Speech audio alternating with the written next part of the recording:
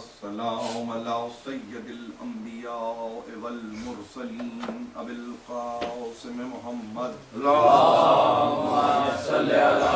محمد وآل محمد وأہل بیتہ الطیبین الطاہرین المعصومین المظلومین الذین اذهب اللہ عنہم الرجس وطہرہم تطہیرا اللہم صلی علی محمد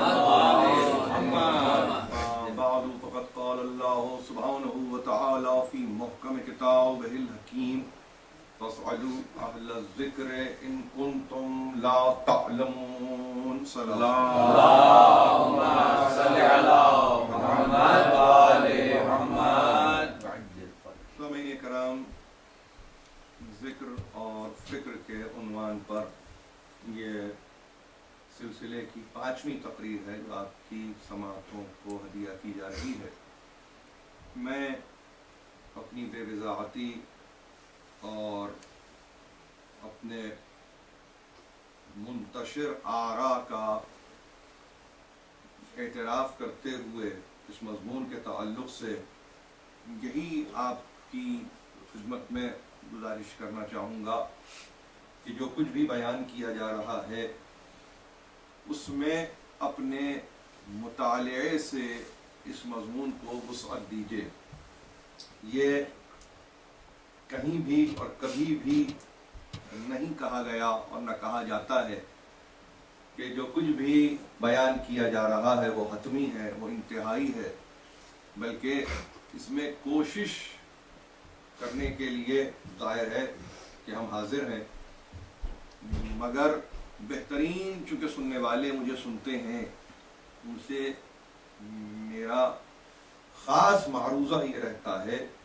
کہ نہ صرف اپنی فکر کو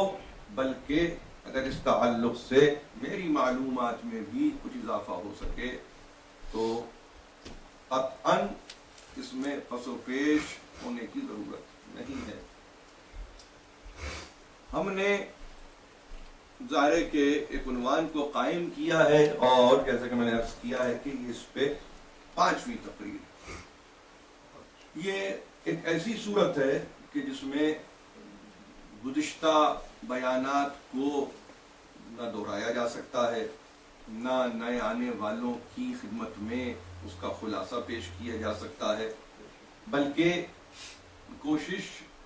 یہ کی جا سکتی ہے کہ آپ کی توجہات کو خاص اپنے لیے چاہتے ہوئے صرف یہ کہوں کہ کل کی تقریر اگر آپ کے پیش نظر ہے تو اس میں کچھ باتیں ہم نے کی تھیں اور تذکرہ یہاں تک پہنچا تھا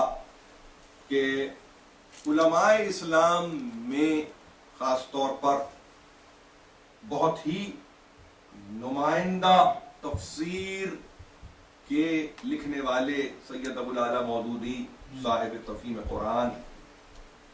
ان کے مسلک سے آپ واقف ہیں، فقہی مسلک سے آپ واقف ہیں اور سیاسی مسلک سے آپ واقف ہیں، دونوں ہی صورتوں سے آپ واقف ہیں. اس میں جو اہم ترین بات میں نے کل آپ کی خدمت میں پیش کی تھی وہ یہ کہ آیت کے جو حصے کی میں نے تلاوت کی ہے بعین ہی سورہ انبیاء میں بھی اور سورہ نحل میں بھی یہ ٹکڑا موجود ہے. انہوں نے ایک منزل پر تذکرہ کیا اور تذکرہ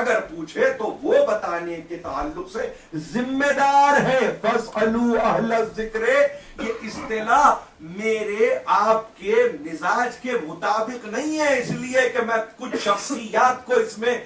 نے پہلے سے ڈھونڈ رکھا ہے تو ان کو ذہن میں رکھ کر گفتگو کر رہا ہوں، ایسا نہیں ہے. بلکہ قرآن نے اس کو کھول کے رکھ دیا، اور ظاہر اتنا کھولا تبھی تو مفسر نے اہل ذکر کو اہل کتاب کا اتنا کھولا کہ ایک مغالطہ سا مغالطہ ہوا اور یہ کہا کہ اہل ذکر حقیقت میں اہل کتاب ہے. میں عرض کر رہا ہوں اہل کتاب کی اصطلاح کلام مجید نے آل عمران میں کی ہے، یہی کہہ کے کہ مخاطب کیا باقاعدہ یا اہل الکتاب. اس کا کیا مطلب ہوا؟ اس کا مطلب جیسا کہ میں نے عرض کیا یہود و نصارہ ہے. کوئی ایسی تفسیر میری نگاہ میں نہیں ہے جس میں اہل کتاب سے مراد یہود نہ ہو، اہل کتاب سے مراد نصارہ نہ ہو ظاہر. لیکن جب اسلام کے تعلق سے گفتگو کی ہے تو وہاں پر اس تخصیص کو قائم رکھا کہ وہ ہے، تم ہو. اور ظاہر ہے کہ جب تمہاری اپنی ایک شخصیت اور تمہارا اپنا ایک تشخص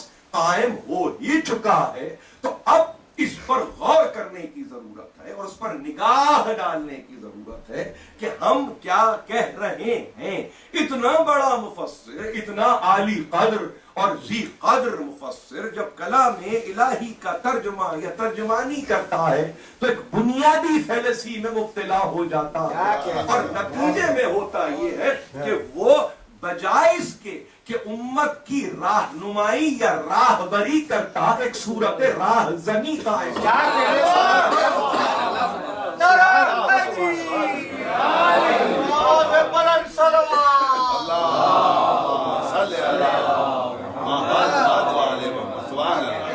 انسان سے بگڑ کے چلنے کے نتیجے میں، اگر ایک سے بگڑ کے چلنے کے نتیجے میں